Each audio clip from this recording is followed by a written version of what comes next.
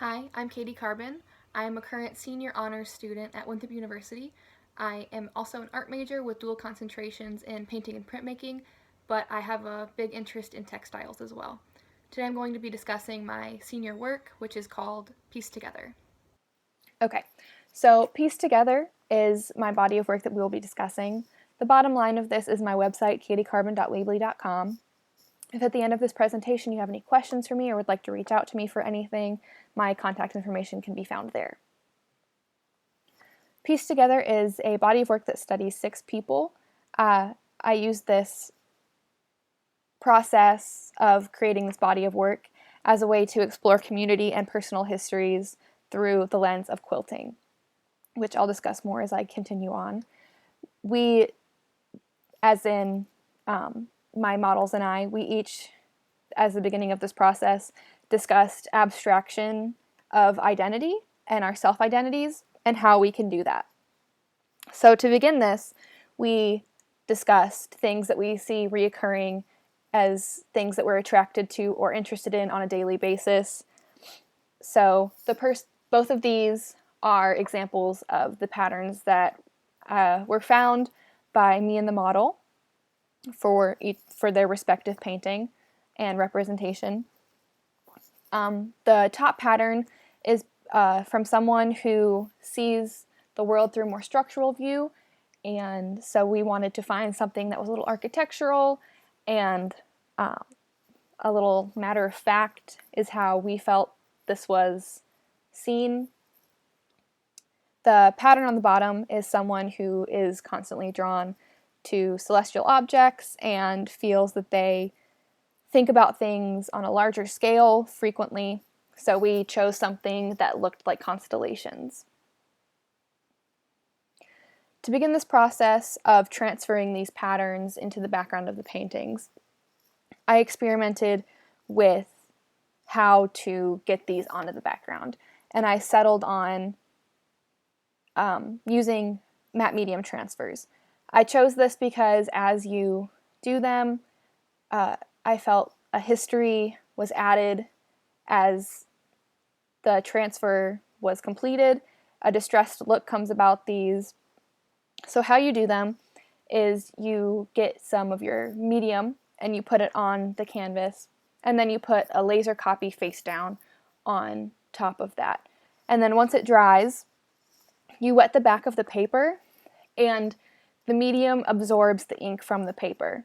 So you wet the paper and wipe it away, as you can see me doing in the left image, and the image on the right is the result. So as you can see, I just discussed the history that I felt was added through the distress caused by rubbing away the imagery, or the paper, not the imagery, but also parts of the imagery, I guess. So I felt like this added to the idea of a personal history as people find themselves drawn to things over and over through time, and each time someone thinks about something, it might be a little unique, which I felt was interesting because the process of doing all of this by hand and rubbing it away makes each block of the pattern that was applied slightly different, which you can kind of tell how this looks in the detail image on the left. After I did that, I began to paint the portraits of my models. I decided to leave areas of their body and their clothing more translucent or transparent to make them interact with the background more. And then after that, I decided that because everyone had such a dynamic pose, I wanted to push that further and make it so that was another way for them all to interact with the background. So I went ahead and I decided to outline some of the areas of distress with a color. I chose areas of the distressed look that maybe interacted with the person by touching them or continued the movement of their gesture, just depending on where I felt the movement throughout the canvas was going. The color that was used for each outline of a distressed area was also the same color that was used for that pattern's particular color as I printed onto the fabrics that I used. It was also used on the outlines of the canvas, or not the outlines, sorry, the borders of the canvas that you can't necessarily see exactly from a front view. But those colors were all decided based on the same discussions that we selected the patterns and shot the imagery for each individual's pose. So I began the screen printing process by photographing the same areas of distress to put into, or to print onto the secondhand fabric that I bought. And so by doing this, I converted everything to a halftone image, meaning that it's just black and white. And then I used those to expose the image that you see on the right, which is the screen and through the emulsion, the photosensitive emulsion. Each person had their own screen that I then screen printed onto secondhand fabric with. I did decide to use secondhand fabric both because it was economic for me as a college student, and then also secondhand fabric has more of a worn aesthetic, which adds to the history that I wanted the whole body of work to have. And then also by doing this, I felt that I was adding more history to each piece of the quilt, the physical quilt that I made. I took these fabrics, could have been curtains or bed sheets, whatever.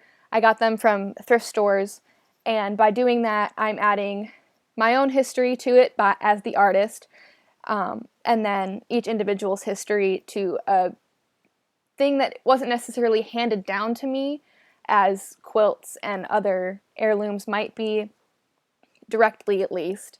But I'm just adding to the continued history of these fabrics as they go on. So for each person, I decided to do a diagonal line of each pattern, and I used one solid piece of, again, secondhand fabric for the back. So I decided to do just a simple diagonal line patchwork quilt. So each individual is moving kind of through their community of individuals that I have created through this process. And then also the single piece used for the back kind of combines them even further, as they're each connected to this one basic thing. Again, pushing the idea of the community and the history of being part of something.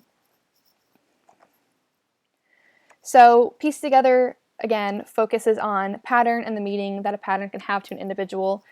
Historically, pattern has been important to family histories as people relate imagery to their specific family. Groups of people usually will quilt things together to recontextualize different symbols of importance. I use this social nature of quilting as a means with which to create my own community of individuals. Each person has their own story relating to their self-image, which is what we discussed at the basis of this. So this body of work begins as a conversation. Together, the subject and I will find the best way to represent this feeling portrayed in their painting, using their chosen visual pattern as a starting point, basically. This pattern is in the background, their clothing, the accompanying quilt that combines each of the paintings into a more literal community piece. The quilt, as you have seen before in the images, hangs with the painted portraits above them. The collection of patterns and figures in my work builds a community and allows each of the viewer a point of connection with a figure or a pattern, maybe more reminiscent of the group effort and creative energy behind the history of quilting. To further emphasize the historical representation of people or ideas and identities, I used those transfer and print methods I showed earlier that leave areas of the pattern roughened as if through wear. The paintings are all hung in close proximity to one another, hinting at a joining. Again, this reflects the concept of the quilt as a social tool, bringing separate pieces of community together. The quilted piece above is a continuation of the community of individual people and patterns. So thank you so much for listening. I encourage you to reach out to me if you would like to, and thank you for listening to my discussion.